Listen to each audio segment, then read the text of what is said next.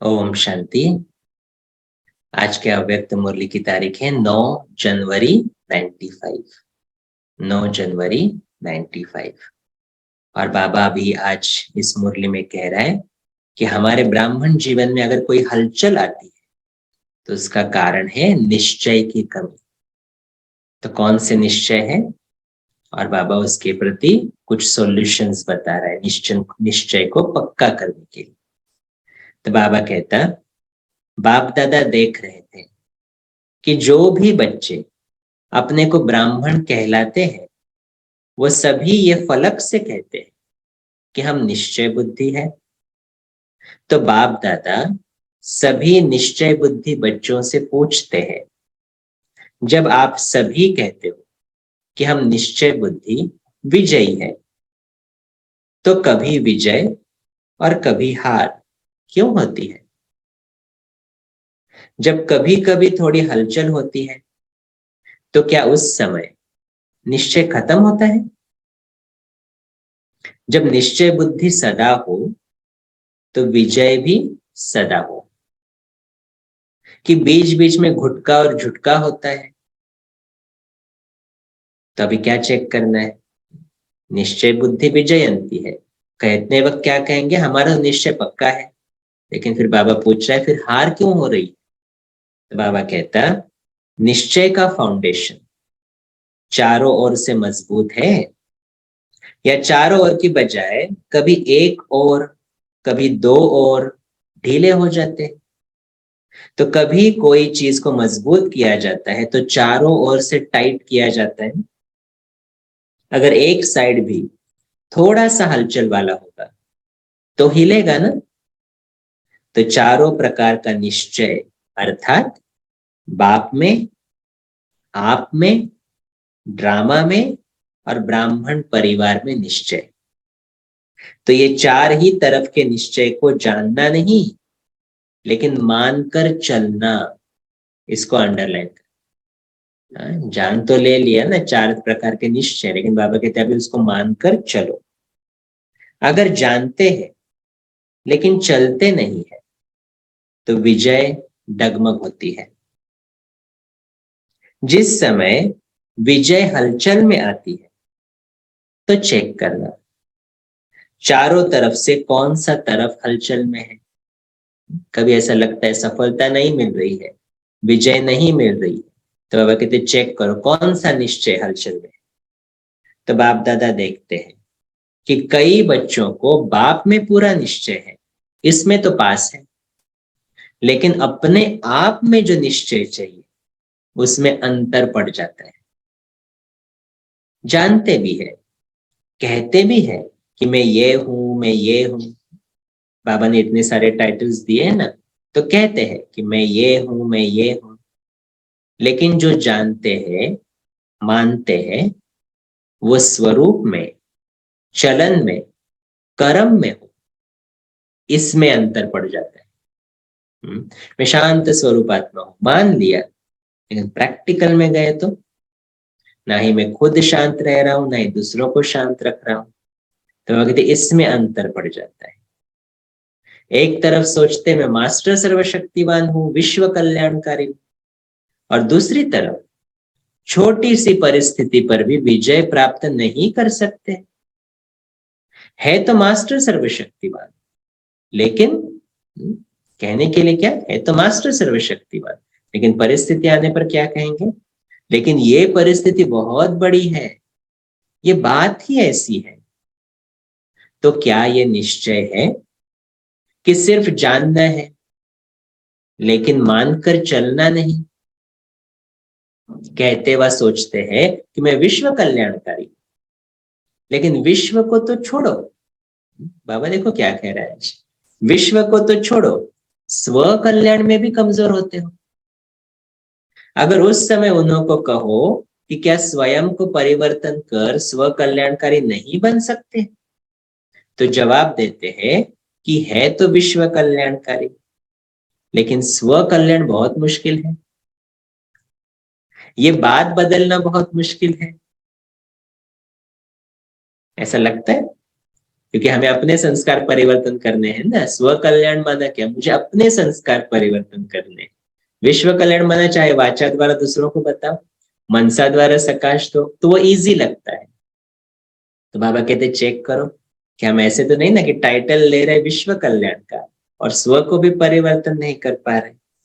तो बाबा कहते तो विश्व कल्याणकारी कहेंगे या कमजोर। तो स्व में भी परिस्थिति प्रमाण, समय प्रमाण, संबंध संपर्क प्रमाण निश्चय स्वरूप में आए। ऐसे निश्चय बुद्धि की विजय हुई पड़ी है। जैसे सभी को यह पक्का निश्चय है कि मैं श्रेष्ठ आत्मा हूं, इसके लिए कोई दुनिया के वैज्ञानिक भी आपको खिलाने की कोशिश करे कि आप आत्मा नहीं शरीर हो, तो मानेंगे नहीं और ही उसको मनाएंगे।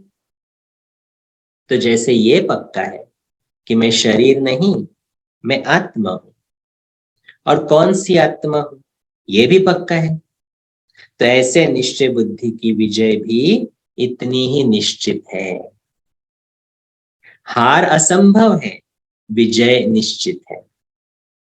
और ये भी निश्चित है, अभी देखो बाबा क्या कह रहे, और ये भी निश्चित है कि बातें तो अंत तक आनी ही है, लेकिन उसमें विजयी बनने के लिए एक ही समय पर चारों तरफ का निश्चय पक्का चाहिए। 3 में निश्चय है और 1 में नहीं, तो विजय निश्चित नहीं। लेकिन फिर मेहनत से विजय होगी। इजी विजय नहीं होने वाली है कि निश्चय डगमग हो रहा है ना, तो उसको बार बार रिपेयर करना पड़ेगा, बार बार फिट करना पड़ेगा उसको। तो बाबा कहते इसलिए मेहनत से विजय होगी। निश्चित विजय वाले को मेहनत करनी नहीं पड़ेगी। कई बार कई कहते हैं बाप दादा तो बहुत अच्छा है, वो तो पक्का है कि बाप है और हम बच्चे हैं, हमारा तो बाप से ही संबंध है। लेकिन दैवी परिवार में खिटखिट होती है, उसमें निश्चय डगमग हो जाता है, इसलिए परिवार को छोड़ देते हैं, हल्का कर देते हैं।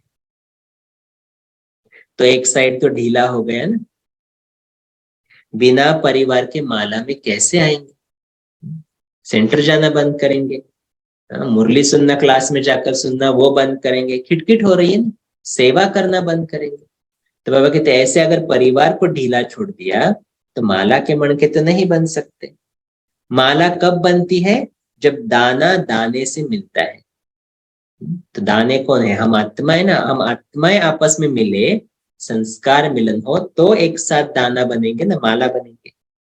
तो बाबा कहते जब दाना दाने से मिलता है और एक ही धागे में पिरोए हुए होते हैं, अगर अलग अलग धागे में अलग अलग दाना तो उसको माला नहीं कहते। तो परिवार है माला। अगर परिवार को छोड़कर 3 निश्चय भी पक्के हैं तो भी विजय निश्चित नहीं है, क्योंकि एक साइड तो ढीला हो गया ना। तो बाबा कहता चलो परिवार की खिटखिट से किनारा कर लो, बाप का सहारा हो, परिवार का किनारा हो तो चलेगा। काम तो बाप से है या भाइयों से है, बाप से काम है, वर्षा तो बाप से मिलना है, भाई बहनों से क्या मिलेगा। लेकिन अभी ध्यान से सुनना, क्यों परिवार में आना है, लेकिन ब्राह्मण जीवन में यही न्यारापन है कि धर्म और राज्य दोनों की स्थापना होती है, सिर्फ धर्म की नहीं। तो बाबा कहते तो राज्य में एक राजा क्या करेगा, बहुत अच्छा तख्त भी हो, ताज भी हो, क्या करेगा, राजधानी भी तो चाहिए। तो राजधानी अर्थात ब्राह्मण परिवार सो राज्य परिवार। इसीलिए ब्राह्मण परिवार में हर परिस्थिति में निश्चय बुद्धि, तब राज्य भाग्य में भी सदा राज्य अधिकारी होंगे। फिर बाबा कहता सदा 4 प्रकार का निश्चय एक समय पर साथ नहीं रहता, कभी रहता कभी हिलता, इसीलिए सदा विजय का अनुभव नहीं कर पाते। फिर सोचते हैं होना तो ये चाहिए लेकिन पता नहीं क्यों नहीं हुआ, किया तो बहुत मेहनत, सोचा तो बहुत अच्छा, लेकिन सोचना और होना इसमें अंतर पड़ जाता है। इसका अर्थ ही है निश्चय के चारों तरफ मजबूत नहीं है। बाप में, स्व में, ड्रामा में और ब्राह्मण परिवार में। और हंसी की बात तो ये है कि ड्रामा भी कह रहे हैं, है तो ड्रामा, है तो ड्रामा, लेकिन अच्छी तरह से हिल भी रहे हैं। कभी संकल्प में हिलते, कभी बोल तक भी हिल जाते हैं, कभी कर्म तक भी आ जाते हैं। उस समय क्या लगता होगा? दृश्य सामने लाओ। ड्रामा ड्रामा भी कह रहे हैं और हिलडुल भी रहे हैं, लेकिन निश्चय बुद्धि की निशानी है निश्चित विजयी। अगर विधि ठीक है तो सिद्धि प्राप्त न हो, ये हो नहीं सकता। तो जब कोई भी कार्य में विजय प्राप्त नहीं होती तो समझ लो निश्चय की कमी है। और कहाँ चेक करना? चारों ओर चेक करो, एक और नहीं। तो चारों प्रकार के निश्चय में हमें पक्का बनना है, तभी विजय होगी। अच्छा, ओम शांति।